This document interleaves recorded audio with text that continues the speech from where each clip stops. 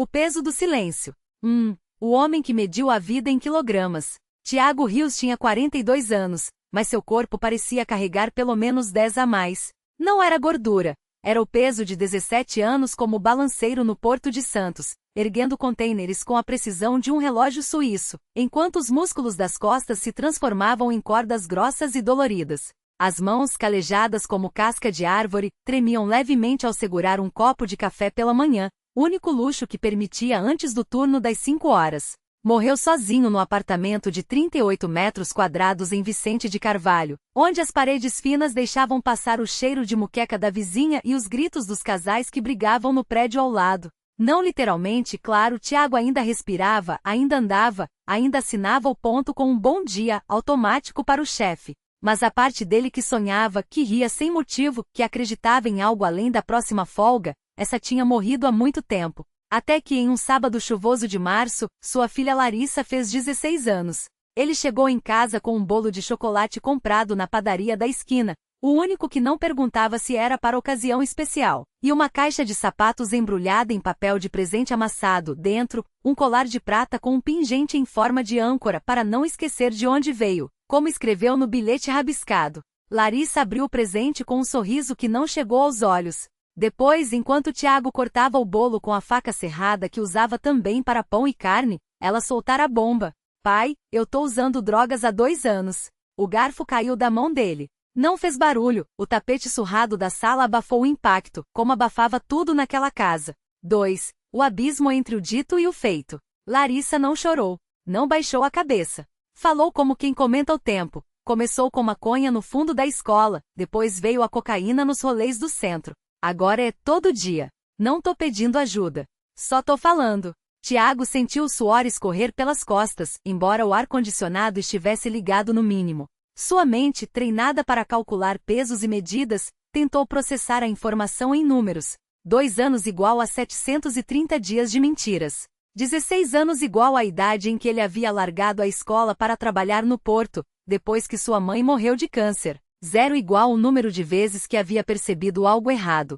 Por que agora? Foi tudo que conseguiu perguntar, a voz rouca como lixa. Larissa encolheu os ombros. Porque hoje eu fiz 16. E daqui a 2 anos, se eu continuar assim, vou estar morta ou presa. Acho que você merecia saber antes. Ele queria gritar. Queria quebrar a mesa, socar a parede, ligar para a mãe dela, sua ex-mulher, que morava em Curitiba com um novo marido e um filho de 3 anos, e jogar a culpa no colo dela. Mas Tiago Rios nunca havia sido bom com palavras. Então fez o que sempre fez, calou-se e agiu. No dia seguinte foi ao banco, sacou os R$ 8.700 que tinha na poupança, dinheiro guardado para consertar o carro ou, quem sabe, um dia, levar Larissa para conhecer Fernando de Noronha, e procurou uma clínica de reabilitação. Quanto custa? Perguntou ao atendente, um rapaz de óculos que parecia ter saído da faculdade ontem. Depende do plano, senhor. A partir de R$ 12.000 por mês. Tiago engoliu em seco. 12 mil. Ele ganhava R$ 3.200. E se eu pagar à vista? Todo o tratamento. O rapaz coçou a nuca. Olha, a gente tem um programa social, mas a fila é longa.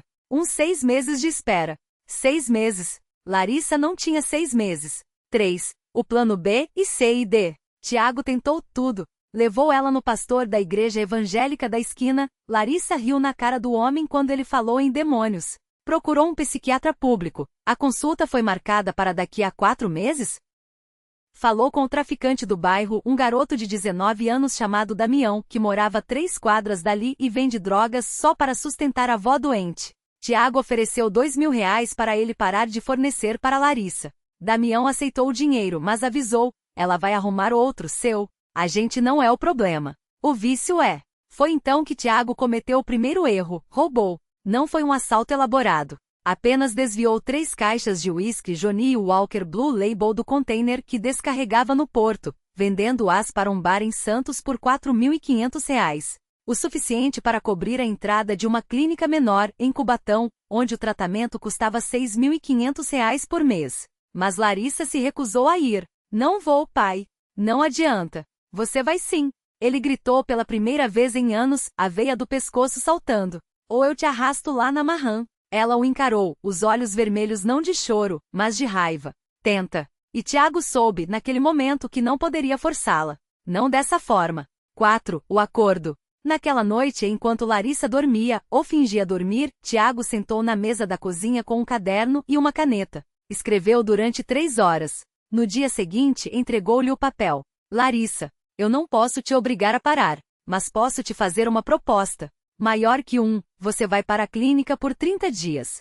Só um mês. Se depois disso você quiser sair, eu não vou te segurar. Maior que 2, enquanto você estiver lá, eu vou trabalhar dobrado para pagar o resto do tratamento. Se você decidir ficar mais tempo, eu arranjo dinheiro.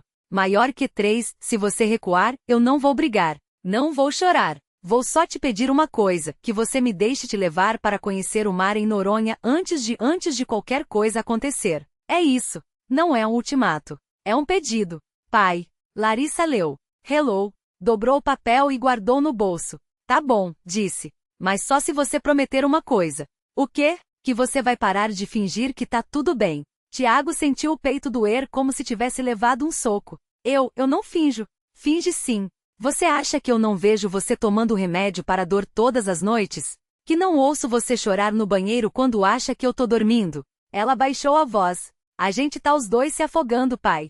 Só que eu uso cocaína e você usa trabalho. Ele não teve resposta. 5. O desfecho duplo, ou 2 margens do mesmo rio. Primeira margem. O que aconteceu de fato? Larissa ficou 28 dias na clínica. Tiago trabalhou 18 horas por dia, descarregando contêineres, fazendo horas extras, vendendo o pouco que tinha de valor, até a aliança de casamento da ex-mulher, que guardava numa gaveta. No 29º dia, ela ligou. Pai, eu vou sair. O coração dele afundou. Você quer ir embora? Não, eu quero ficar, mas hoje eu tive uma crise de ansiedade e quase desisti. Aí lembrei do que você escreveu.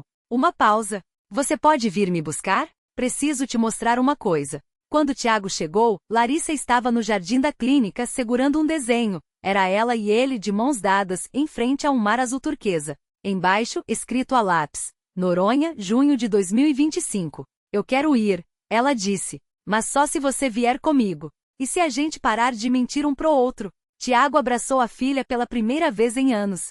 E chorou. Segunda margem. O que poderia ter acontecido? Larissa ficou 28 dias na clínica. No 15º, Tiago foi demitido do porto depois que descobriram o roubo das caixas de uísque. Sem dinheiro, sem emprego, ele foi até Cubatão pedir para retirá-la. Mas quando chegou, a recepcionista balançou a cabeça. Ela saiu ontem. Assinou a alta voluntária. Tiago correu para casa. Encontrou Larissa no quarto, injetando heroína pela primeira vez. É mais barato, pai. Dura mais. Ele tentou arrancar a seringa da mão dela. Ela se debateu. Na luta, a agulha quebrou dentro da veia. O hospital não teve jeito. A infecção generalizou em 48 horas. No velório, Tiago segurou o desenho que Larissa havia feito na clínica, ela e ele de mãos dadas, em frente a um mar que nunca viriam. Embaixo, escrito a lápis, desculpa. Ele guardou o papel no bolso. E voltou para o porto no dia seguinte, como se nada tivesse acontecido. 6. Reflexão. Ou, o que fica quando a poeira baixa? A vida não é uma equação. Não há fórmulas para calcular o peso de um silêncio, a medida de uma dor, ou o custo exato de um erro. Tiago aprendeu isso tarde, muito tarde. Mas aprendeu. E no fundo, era isso que importava. Fim. 7. O barco que não parte. 3 meses depois, o porto ainda cheirava a sal e óleo queimado. Tiago varria o convés do Estrela do Sul com movimentos mecânicos, como se o corpo já não pertencesse a ele. O capitão, um homem de pele curtida pelo sol e cicatrizes nas mãos, observava de longe. Você não fala mais, rapaz. Nem xinga. Isso não é bom. Tiago não respondeu. A voz dele havia se tornado um objeto estranho, algo que usava só quando necessário, como a faca que guardava na bota, só para descascar laranjas ou cortar cordas. Foi então que a menina apareceu. Ela não podia ter mais que 12 anos, magra demais para a roupa surrada que vestia, os pés descalços sujos de terra e ferrugem. Segurava um embrulho de pano manchado, e seus olhos grandes, escuros com uma luz que não combinava com o resto dela e fixaram-se em Tiago como se o reconhecessem. Você é o que trabalha no barco dos peixes-pedra? Perguntou, a voz fina, mas firme. Ele assentiu, mais por instinto do que vontade. Minha mãe disse que você sabe onde fica a Ilha das Conchas. Ela abriu o embrulho, revelando uma concha branca, quase translúcida, com veios azuis que pareciam rios minúsculos. Preciso levar isso para lá. Hoje. Tiago riu um som seco, sem alegria. Não existe ilhas por aqui, garota. Só água muito fundo e tubarões. A menina não piscou. Existe. E você sabe. Algo na certeza dela o incomodou. Como se ela soubesse de uma verdade que ele havia enterrado junto com Larissa. Por que eu iria te ajudar? Perguntou mais duro do que pretendia. Ela enfiou a mão no bolso e tirou um papel dobrado. Estendeu para ele. Tiago abriu. Era um desenho. Um barco, um homem de costas, e uma menina pequena em pé na proa, apontando para algo no horizonte. Embaixo, com a mesma letra trêmula que ele conhecia bem. Ele vai te levar, confia. O papel tremia em suas mãos. Como você conseguiu isso? Sua voz quebrou. A menina não respondeu. Apenas esperou. E pela primeira vez em meses, Tiago sentiu algo além do vazio. Era medo. Medo de que, se não fosse naquela direção, se não seguisse aquele rastro de migalhas deixadas por uma morte que não o soltava, ele afundaria de vez. Entre, disse finalmente. Mas se o capitão perguntar, você é minha sobrinha. Ela sorriu. Um sorriso que não era de criança. Ele não vai perguntar. E como se o mar tivesse ouvido, as ondas começaram a bater mais forte contra o casco. O Estrela do Sul zarpou com um passageiro a mais. E pela primeira vez em anos, Tiago não olhou para trás. Capítulo 2. O silêncio que fala. O navio cortava as águas como uma lâmina sobre seda escura. A menina, que não tinha nome, ou pelo menos não um que ela quisesse revelar, ficou encostada no parapeito da proa. Os dedos finos apertando a madeira gaste pelo sal. Tiago a observava de longe, entre a desconfiança e uma curiosidade que doía como um dente podre. Você não tem frio? Perguntou finalmente, aproximando-se com um cobertor surrado entre as mãos. Ela não se virou. Apenas balançou a cabeça, e o vento levou o gesto como se fosse uma folha seca. O frio é só uma lembrança, respondeu, e sua voz, embora infantil, carrega algo que soava como séculos de areia se acumulando no fundo de um relógio quebrado. Assim como você.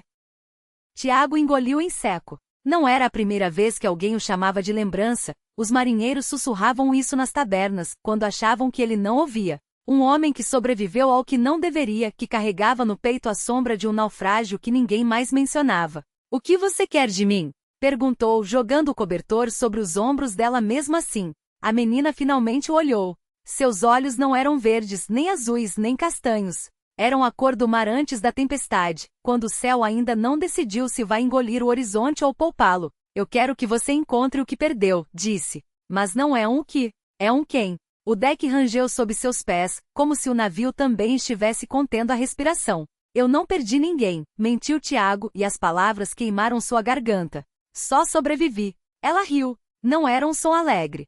Era o barulho de corrente se arrastando no fundo de um poço. Sobreviver é outra forma de perder, disse, e apontou para o horizonte. Lá. É para lá que ele está indo. Tiago seguiu a direção do dedo dela e viu algo que não estava nos mapas. Uma névoa baixa quase imperceptível, se enroscando nas ondas como fumaça de um incêndio que nunca apaga. Isso não é uma rota, murmurou. É um aviso. Claro que é, concordou a menina. Mas você sempre ignorou avisos, não foi? Ele não respondeu. Porque ela estava certa. E porque, no fundo, ele já sabia que não havia mais volta. Capítulo 3. A carta que não foi escrita. Naquela noite, Tiago sonhou com água. Não com o mar, com água. Aquela que escorre pelas rachaduras de um navio prestes a afundar, que encharca papéis, que apaga a tinta. No sonho, ele estava em uma cabine que não era a sua, com as mãos pressionadas contra uma mesa de madeira, tentando escrever algo que não conseguia terminar. A cada letra, a caneta furou o papel, e do outro lado,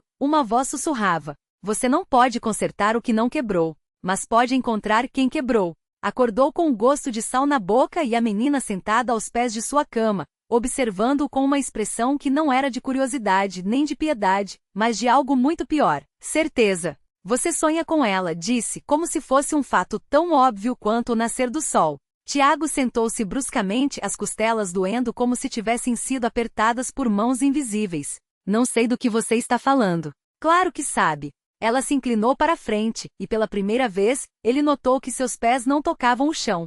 Ela escreveu para você.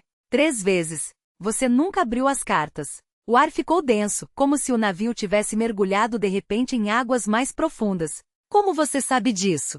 Sua voz era um rosnado, mas tremia. A menina não piscou, porque eu estava lá quando elas queimou. Silêncio. Não o silêncio do mar, nem o dos homens que sabem quando calar. Era o silêncio de uma verdade tão pesada que nem as ondas ousavam quebrá-lo. Tiago se levantou, as pernas instáveis, e foi até o baú embaixo de sua cama. Dentro, entre mapas rasgados e uma garrafa de rum pela metade, estavam 3 envelopes amarelados, selados com cera que nunca foi quebrada. Seus dedos tremeram ao tocá-los. Por que ela não me mandou? Perguntou, embora soubesse que a resposta não viria da menina. Mas veio. Porque ela sabia que você nunca voltaria para buscá-la, disse a criança, e desta vez, quando sorriu, Tiago viu que seus dentes eram muito brancos. Demais.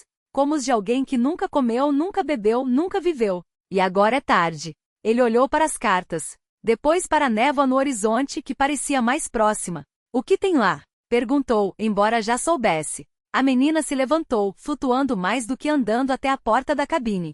O que sempre esteve respondeu. A resposta para a pergunta que você nunca fez. E quando Tiago olhou para baixo, viu que suas mãos estavam molhadas. Não de suor, de água do mar, a água que não secava. Tiago levou as mãos ao rosto, sentindo o sal grudado nos dedos como lágrimas que não caíram. A névoa avançava agora em espirais, enrolando-se nos ferros enferrujados do navio como dedos de uma amante traída. Ele sabia que não deveria seguir a menina, cada instinto seu gritava para trancar a porta, jogar as cartas ao mar, acender o motor e fugir dali antes que a bruma o engolisse por completo. Mas o peso no peito não era medo. Era reconhecimento. Você não é dela, murmurou, mais para si mesmo do que para a criança, que já estava do lado de fora, os pés descalços pairando sobre as tábuas podres do convés. Você é deles. A menina virou o rosto, e pela primeira vez Tiago viu que seus olhos não tinham pupila. Só um azul profundo, como o fundo do oceano onde a luz morre. Todos somos de alguém, disse ela, e sua voz agora era um coro, como se outras gargantas ecoassem por trás da sua. Até você. Ele engoliu em seco. As cartas em suas mãos estavam quentes, quase queimando. Quando as abriu, as letras se moveram, rearranjando-se em frases que não estavam ali antes. O preço não é o que você deixou para trás. É o que você levou. Tiago sentiu o chão do navio inclinar-se, embora as ondas estivessem paradas. A névoa agora formava vultos e silhuetas que não eram humanas, mas também não eram nada que ele pudesse nomear. Uma delas estendeu algo para ele. Um colar de conchas pretas, igual ao que sua mãe usava no dia em que desapareceu. Só que aquelas conchas não tinham furos. Tinham dentes. Você mentiu para si mesmo por muito tempo, sussurrou a menina, agora tão próxima que ele sentia o hálito gelado dela no pescoço. Achou que tinha escapado. Mas ninguém escapa do que está dentro. As mãos de Tiago doeram. Quando as abriu não havia mais cartas. Havia escamas. E então ele entendeu. A névoa não era um aviso. Era um convite. E o mar não o queria morto. Queria que ele lembrasse. O convite das águas fundas. As escamas em suas palmas pulsavam como cicatrizes vivas. Tiago tentou esfregá-las, mas a pele não saía. Era parte dele agora. Uma marca que ardia com a memória de algo que não era seu. O colar de conchas dentadas balançou diante de seus olhos, suspenso por dedos que não pertenciam à menina, nem a qualquer coisa que já tivesse visto. Eram longos demais, articulados como patas de caranguejo, mas cobertos por uma pele cinzenta que brilhava úmida. Lembra do cheiro? A voz não veio dos lábios dela, mas das ondas. O navio rangeu, madeiras gemendo como ossos.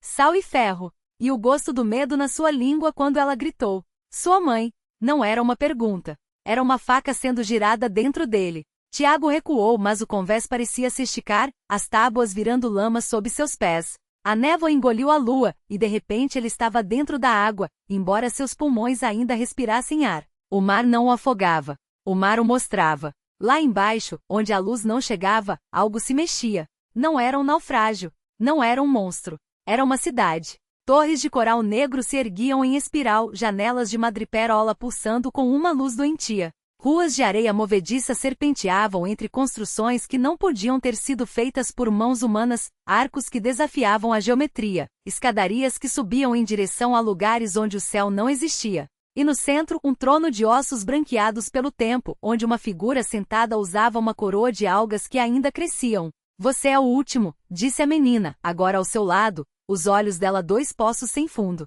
Os outros esqueceram. Você não. Tiago tentou gritar, mas sua boca se encheu de água salgada. Não do oceano. De lágrimas. As suas?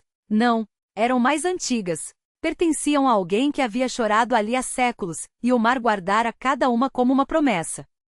Ela te escolheu antes de morrer. A voz do trono ecoou, profunda como um abismo. Sua mãe não se afogou. Ela abriu o caminho. As escamas em suas mãos queimaram. Tiago olhou para baixo e viu que não eram mais só nas palmas, subiam pelos braços, desenhando padrões que ele reconhecia, embora jamais os tivesse visto. Eram mapas.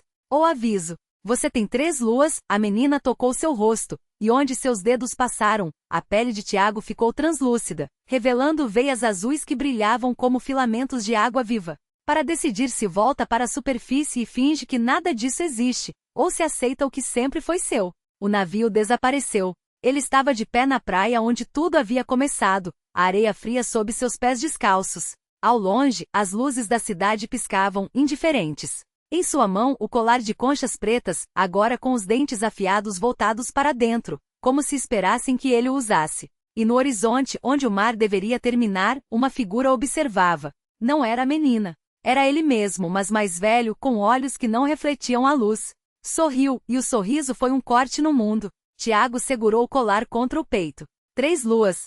E uma escolha que não era escolha. Porque o mar não pedia. O mar tomava. O colar mordia. Tiago não usou. Em vez disso, enterrou os dedos na areia úmida até sangrar, e quando os retirou, as gotas caíram sobre as conchas pretas. Uma a uma, elas se abriram como bocas famintas, sugando o vermelho. O mar sussurrou, não com ondas, mas com dentes, e a figura no horizonte estendeu a mão, não para convidar, mas para lembrar. Ele conhecia aquele gesto. Era o mesmo que fizera aos 7 anos, quando afogou o gato do vizinho só para ver se a água o devolveria diferente. Não devolveu. Mas Tiago sim. As 3 luas não eram um prazo. Eram cicatrizes. A primeira quando nasceu com água nos pulmões e a parteira sussurrou, este não é nosso. A segunda quando a menina das marés o arrastou para o fundo e ele gostou do silêncio. A terceira agora quando entendeu, o velho no horizonte não era seu futuro. Era seu primeiro eu, o que nunca havia saído do útero de coral onde o mar o gerara. Tiago sorriu de volta. Não com lábios, mas com as veias azuis que estalavam sob a pele, iluminando a praia como um cardume de águas vivas. Eu sei o que você quer, disse, e o colar, finalmente saciado, desabrochou em suas mãos não como joia, mas como brânquias. Quando a cidade acordou, a praia estava vazia. Só restavam pegadas que não levavam ao mar, mas dele saíam, como se algo tivesse, depois de séculos, voltado para casa. E no fundo, onde a pressão esmaga ossos como cascas de ovo, 2 sombras se fundiram. Uma riu, a outra, pela primeira vez, choro. Não de dor, mas de alívio. O mar não toma. O mar apenas reconhece.